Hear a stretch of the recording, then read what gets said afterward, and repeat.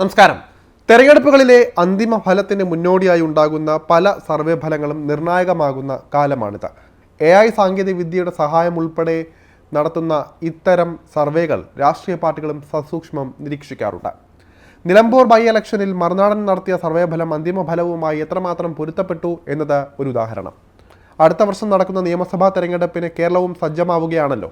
ഇതിന് മുന്നോടിയായി വന്ന ഒരു സർവേ ഫലമാണ് ഇപ്പോൾ ചർച്ചകളിൽ. കേരളത്തിൻ്റെ രാഷ്ട്രീയം 2026 ശേഷം എങ്ങനെ എന്ന് നമുക്ക് നോക്കാം. കേരള രാഷ്ട്രീയത്തിൽ ചരിത്രം കുറിച്ചുകൊണ്ടാണ് 2021 പിണറായി വിജയന്റെ നേതൃത്വത്തിൽ ഇടതുപക്ഷ സർക്കാർ തുടർഭരണം നേടിയത്. കർക്കശക്കാരനായ പാർട്ടി സെക്രട്ടറിയിൽ നിന്ന് ജനകീയനാകാനായി ക്യാപ്റ്റൻ കുപ്പായം ധരിച്ച പിണറായിയുടെ പരിവർത്തനം ഇടതുപക്ഷത്തെ അധികാരത്തിൽ വീണ്ടും തിരിച്ചെത്തിച്ചതിൽ വലിയ പങ്ക് വഹിച്ചിട്ടുണ്ട്.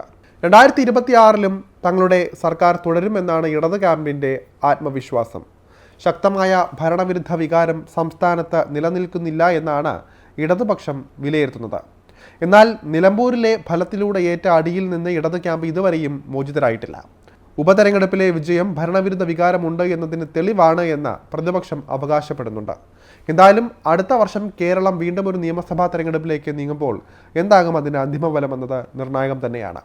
2026 നിയമസഭാ തെരഞ്ഞെടുപ്പിൽ ആര് വിജയിക്കുമെന്ന് SN ന്യൂസ് എന്ന ഹിന്ദി യൂട്യൂബ് ചാനൽ അഭിപ്രായ സർവേയിലൂടെ പ്രവചിച്ചിരിക്കുകയാണ്.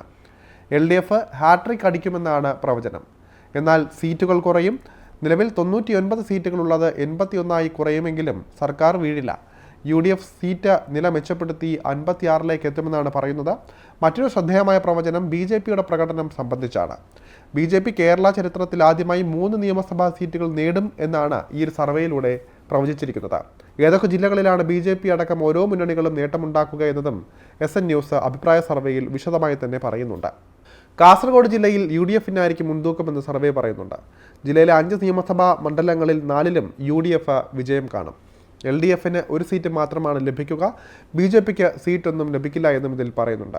അതേസമയം കണ്ണൂർ ജില്ലയിലെ ഒരു സീറ്റിൽ BJP വിജയിക്കുമെന്നാണ് ഈ സർവേ പ്രവചിക്കുന്നത്. കണ്ണൂരിലെ 11 മണ്ഡലങ്ങളിൽ 5ൽ UDFും 4ൽ LDFും വിജയിക്കും. വയനാട്ടിലെ 3 സീറ്റുകളിൽ 2 UDFനും ഒരു സീറ്റ് ഇടതുപക്ഷത്തിനും ലഭിച്ചേക്കും. മലപ്പുറം ജില്ലയിലും UDF മുന്നേറ്റം നടത്തുമെന്നും സർവേ ഫലത്തിൽ പറയുന്നുണ്ട്.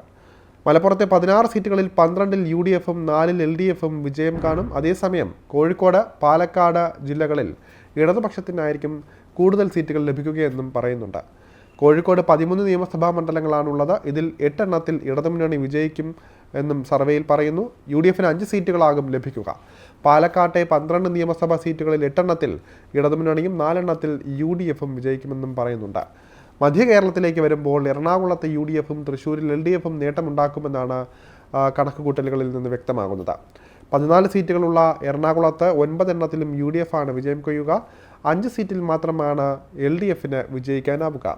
തൃശ്ശൂരിലെ 13 സീറ്റുകളിൽ 9 എണ്ണം LDFനും 3 എണ്ണം UDFനും ലഭിക്കും. തൃശ്ശൂർ ലോക്സഭാ സീറ്റിലൂടെ കേരളത്തിൽ നിന്ന് പാർലമെന്റിലേക്ക് അക്കൗണ്ട് തുറന്ന BJP നിയമസഭാ തെരഞ്ഞെടുപ്പിലും തൃശ്ശൂരിൽ ഒരു സീറ്റ് പിടിക്കുമെന്നാണ് സർവേ ഫലത്തിൽ നിന്ന് വ്യക്തമാകുന്നത്. ഇടുക്കിയിലെ 5 സീറ്റുകളിൽ 4ൽ ഇടതുപക്ഷവും ഒരു സീറ്റിൽ UDFും വിജയം കാണും. കോട്ടയത്തെ 9 സീറ്റുകളിൽ 5ൽ LDFും 4ൽ UDFും വിജയം കാണുമെന്നും പറയപ്പെടുന്നുണ്ട്. ആലപ്പുഴയിൽ LDF പതിവ് പോലെ വൻ മുന്നേറ്റം തുടരും. ആകെയുള്ള 9 സീറ്റുകളിൽ 8 എണ്ണം LDF തൂത്തുവരുമ്പോൾ ഒരു സീറ്റാണ് UDFന് ലഭിക്കുക. പത്തനംതിട്ടയിൽ UDFനെ സംപൂജീരാക്കിക്കൊണ്ടായിരിക്കും ഇടതുപക്ഷത്തിൻ്റെ മുന്നേറ്റം. ആകെയുള്ള 5 സീറ്റും LDF തന്നെ നേടുമെന്നും സർവേ ഫലത്തിൽ പറയുന്നുണ്ട്. 2026 തിരുവനന്തപുരവും കൊല്ലവും ഇടതുപക്ഷത്തിനൊപ്പം നിൽക്കുമെന്നാണ് ഇതിൽ നിന്ന് നിർണായകമായൊരു പ്രവചനമായി പറയുന്നത്.